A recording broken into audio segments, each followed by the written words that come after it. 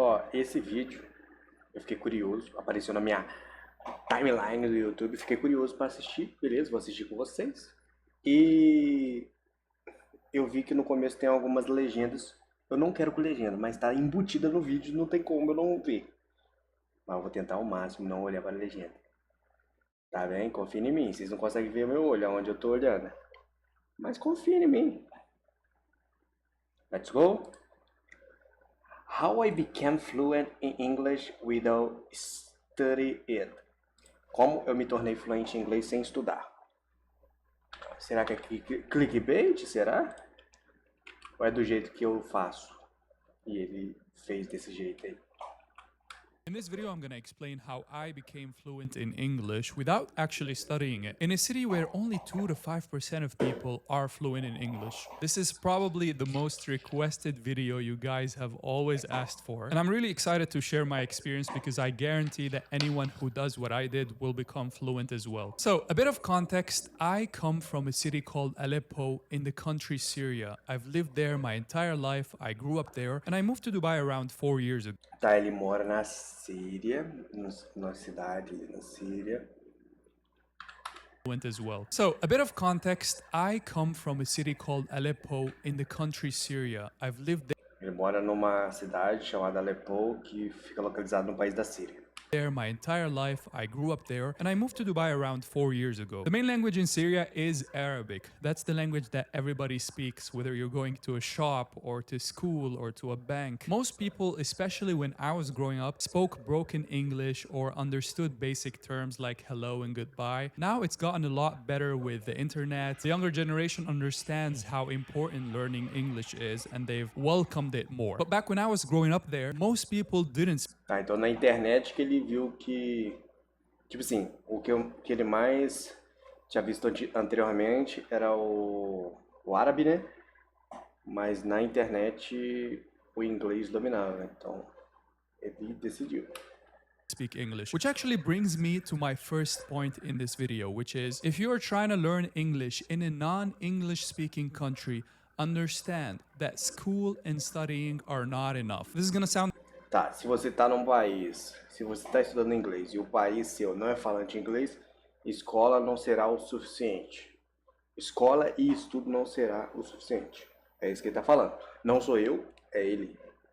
a bit braggy, but please bear with me. Throughout my life in Syria, I've never actually seen someone become fluent just from school. But at the same time, I was acing my English exams in school without actually studying the language. We have a very important test in Syria called baccalaureate. This is a test that will pretty much determine all your future life and how you're going to turn out to be. Like let's say you get 290 degrees out of 310. You're going to become an architect. But let's say you get 305, you can actually become a doctor. But the biggest problem with baccalaureate is that it's not a test that you take multiple times a year that tests you for different section of the curriculum. It's actually one test for the entire curriculum, which means that people in Syria study for a year, if not a year and a half, to prepare for one day where they get tested for how well they studied. So let's say you get sick or you're unable to perform well in that 1 hour that you get tested in. That's it. You've wasted a year of you studying and you're gonna have to wait another year to do that test again, which results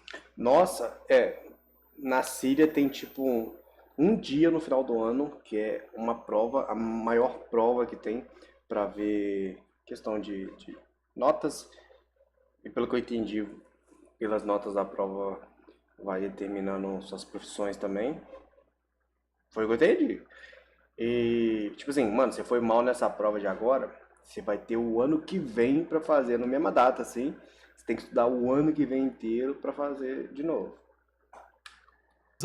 in what we call baccalaureate camps. It's where kids study for 15 hours a day every day for entire year without seeing their friends, without going out. It's literally a camp where all you focus on is acing the baccalaureate test because you understand how important it is for your future. And during the baccalaureate Tá, então esse teste é muito importante porque as pessoas que vão fazer esse teste estudam todo dia, fica focado nos estudos e é isso aí.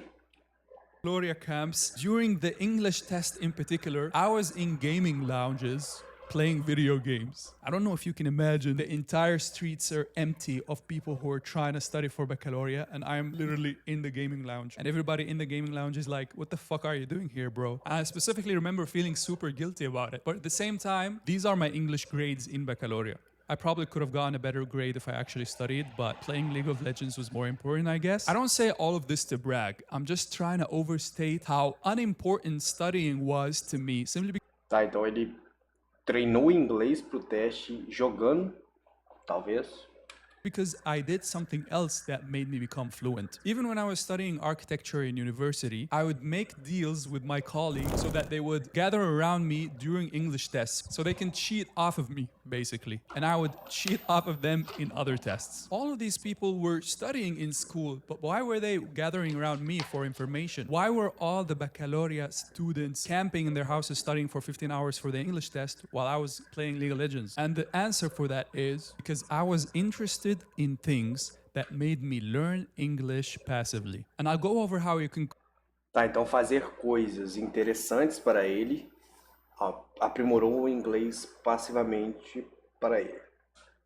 copy it from me and paste it on yourself so you can get the benefits and become fluent as well. But one of the most important reasons that I learned English is because I was genuinely interested in the culture. When I look back at my history, I grew up watching American movies and listening to American music. I remember listening to Linkin Park and Evanescence.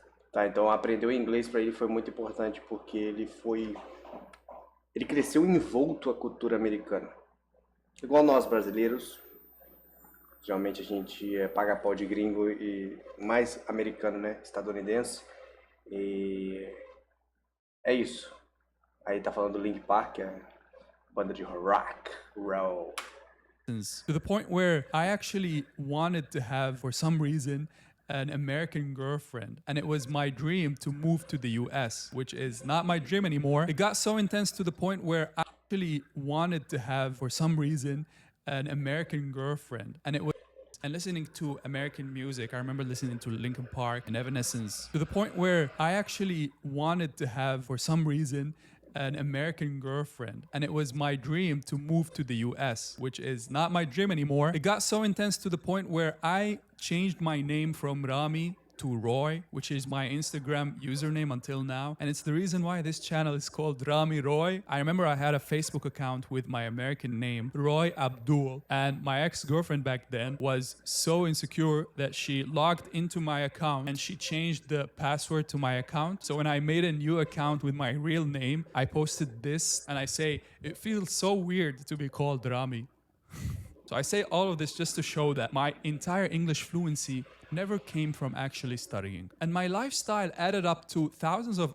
Tá, então ele meio que trocou o nome dele, porque o nome dele é Remy, e ele fala que é Roy, americanizou o nome dele. É tipo o Paulo chinês do achismo, o nome dele não é Paulo não, acho que é Jin. Aí ele colocou Paulo em português porque fica muito mais fácil de falar.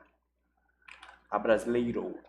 Hours of language absorption without me ever knowing it. Which leads me to the second point, which is that mentality is half the battle. And this is where I can Mentalidade é a metade da batalha. talk about how I used to get bullied in school. You see, schools will never be enough if you want to become fluent. Simply because in school, you don't have time to talk to people using that language. The teacher doesn't have time to converse with every single student, but that's actually where a lot of your confidence in speaking comes. And this is where something like today's video sponsor, italki, comes in. italki is an online language learning platform offering for the first time. It was nice that I was able to Sem anúncio aqui, meu amigo. on your Sem first anúncio. lessons. Sem Back to how anúncio. important your mentality is and how I used to get bullied in school. Back when I was a teenager, there was something about me that I look down upon now, but actually helped me a lot to become fluent in English, which is that I would look down on people who used Arabic text when they were texting. When I was a teenager, I used to look at these people as lower class, perhaps. And I understand how dumb that sounds, but it also made me use a language called Arabizi. If you're Arabic, you know that language. It's the language.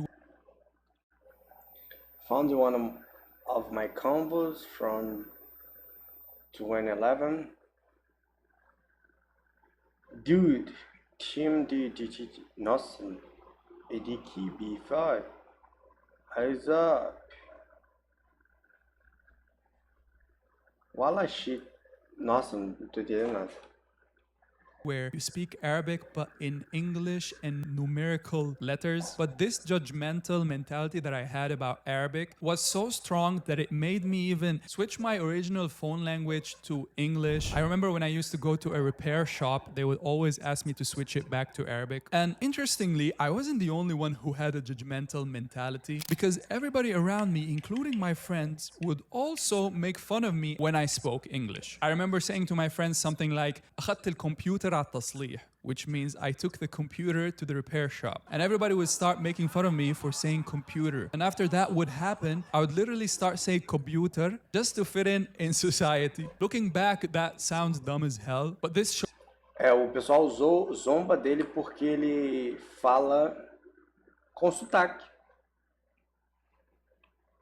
E o pessoal espera, mesmo ele sendo sírio, espera ele um sotaque mais forte quando ele vai falar inglês, como se fosse até um indiano. O indiano, quando vai falar inglês, ele fala como tá escrito mesmo as palavras. Computer, webcam gameplay, Minecraft, é tipo isso.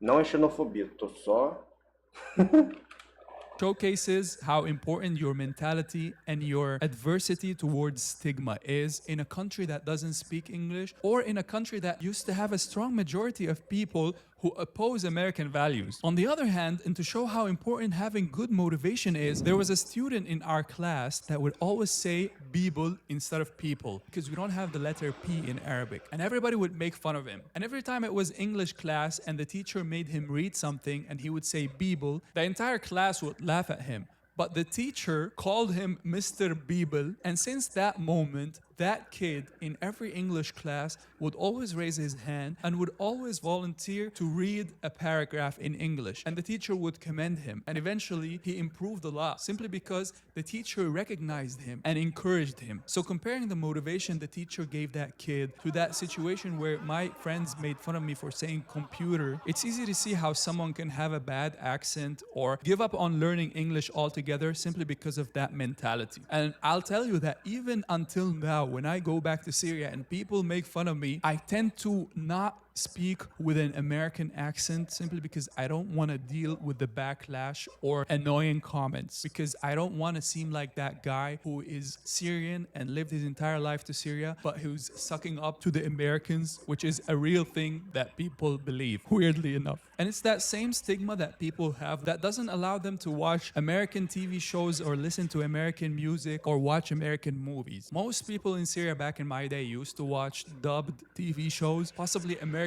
or Japanese anime that was dubbed in Arabic. When at the same time, I was getting most of my entertainment from YouTube. I have probably watched hundreds of thousands of YouTube videos throughout my life, and it not only made me fluent in English, but it also made me become a YouTuber. It made me become a filmmaker who's learned so much from the internet. And now we live in an era of podcasts when you can replicate this so easily. There are podcasts about every single subject that you can imagine. And they say that reading is very important when you want to learn English, but I actually never read a book up until 2018. And by that time, I had already been fluent. But looking back, it was easy to see how my reading and my books were YouTube comments. I was reading comments from PewDiePie, Smosh. So no school will ever outdo hours and hours of learning through reading YouTube comments, which Tá, ele fez o que eu faço. Mano, eu entro, mano, todo vídeo, pode ser português, pode ser inglês, pode ser qualquer coisa, mas geralmente eu tenho mais mania em vídeos em inglês. Eu pego, mano, e desço a aba, eu desço lá, scrollo e vou ler os comentários, cara. E eu vou aprendendo, e é isso aí que ele falou. Você aprende algumas coisas no comentário ali. Loucura, né?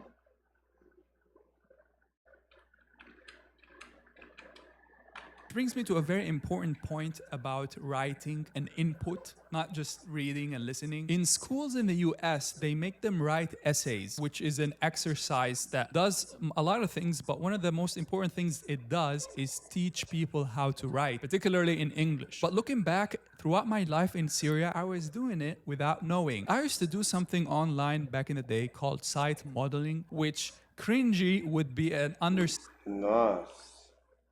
statement to describe it. It's just the idea of taking pictures and posting them online before Instagram became a thing. Well, I probably spent thousands of hours just replying to comments on my photos, and it resulted in me developing relationships with people who live in the US who I still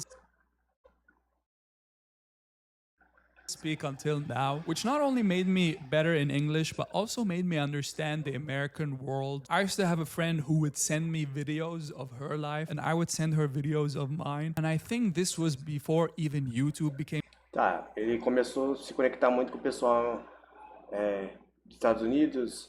Ele enviava vídeos para o pessoal enviava vídeos para ele. Começou a criar uma conexão. a thing. And writing these comments on online forums is the reason I'm super E tudo isso porque ele era online em redes sociais. Eu acho que é Facebook que ele tá falando. Mas enfim.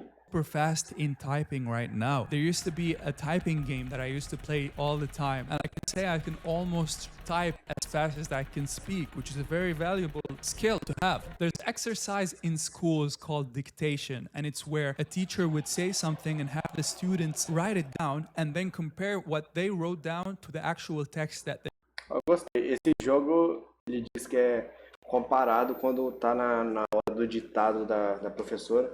Quando a professora vai ditar e você tem que escrever, anotar, né? the teacher spoke. And when I look back at my life, I was doing that without knowing. When I used to listen to songs that I was genuinely interested in and wanted to listen to, and I would sing these songs with the wrong lyrics the entire time, making a fool out of myself. But then just because I was interested in the meaning of the things that I was saying, I would go on to Google. Actually, it wasn't even Google. It was one site that used to have the lyrics to all the songs. And I would compare what I was singing to what the actual lyrics really were. Because if you already know and like a song and you're singing it the entire time, it's so easy to look up the lyrics and start singing. Nossa, essa música é incrível. Mockingbird.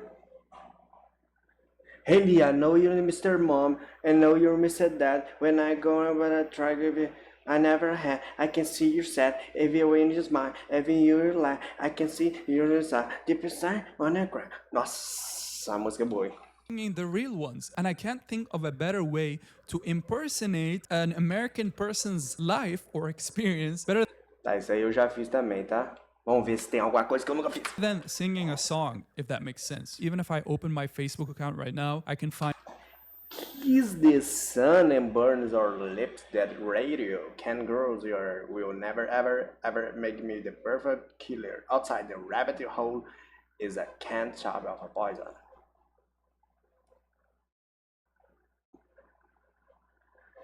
traces of me pasting the lyrics because I felt like they expressed me so much. I also remember being super into rap music. I used to like listening and memorizing Eminem songs. I can probably sing at least 15 of his songs right now that I've memorized by heart. And I did all of this because I was genuinely interested and I wanted to do it because it was fun, not because I was trying to learn English. Until now, I think I write my diary in English. And this is not about me pretending to be a US citizen. This is not about me not feeling proud of my origin. It's more about me being interested in a culture. So Tá, e não é porque ele aprendeu inglês porque ele não queria, não é que ele queria estudar o inglês. Ele aprendeu porque ele queria se aprofundar na cultura. E começou a consumir coisas que ele gostava e foi se aperfeiçoando. É isso que ele tá falando. if you want to become fluent in English, and especially if you don't like studying and spending time writing on a piece of paper, I'll summarize this entire thing by saying that genuine interest will get you far further than studying or courses. Find ways you can surround yourself with the language through things that you already enjoy, whether it's music, TV shows, YouTube videos, and comments. You don't necessarily have to study the entire time. You don't have to write boring stuff and do repetitive tasks. If you are genuinely interested interested, the hours will just add up, and in the end, you'll find yourself actually living the language. Tá, eu acho que tipo assim, beleza, deixa eu mudar minha câmera. Eu acho que quando você faz o aprendizado ficar chato, fica insustentável. Eu, pelo menos, quando tá muito chato, eu desisto. Porque tá muito chato. Então tem que ter uma flexibilidade, né? Também. Ah, mas não tem que ter. Tem que ter. Pra mim tem. Pra você não tem? Legal. Ele falou coisas nada novo. Falou coisas óbvias. E é isso. O que a gente tirou desse vídeo? Como que ele ficou fluente? Estudando? Pesquisou, pô. Pesquisou, se aprofundou. Não só o ato de estudar, que ele está falando que não estudou a essência, mas só dele ter se aprofundado no inglês, ouvir bastante, tá ali na cultura, você vai aprender. E é isso. E é o que eu tô fazendo. E é isso aí, vamos que vamos. Porque é isso aí. Entendeu? Eu entendi bastante coisa desse vídeo, do vídeo passado. Eu acho que eu não dei nota, não. Vídeo passado. Mas esse vídeo eu devo ter entendido quase tudo aí. Ai, ai. Teve hora que eu panguei. Mas enfim, bora melhorar essa audição aí, paizão.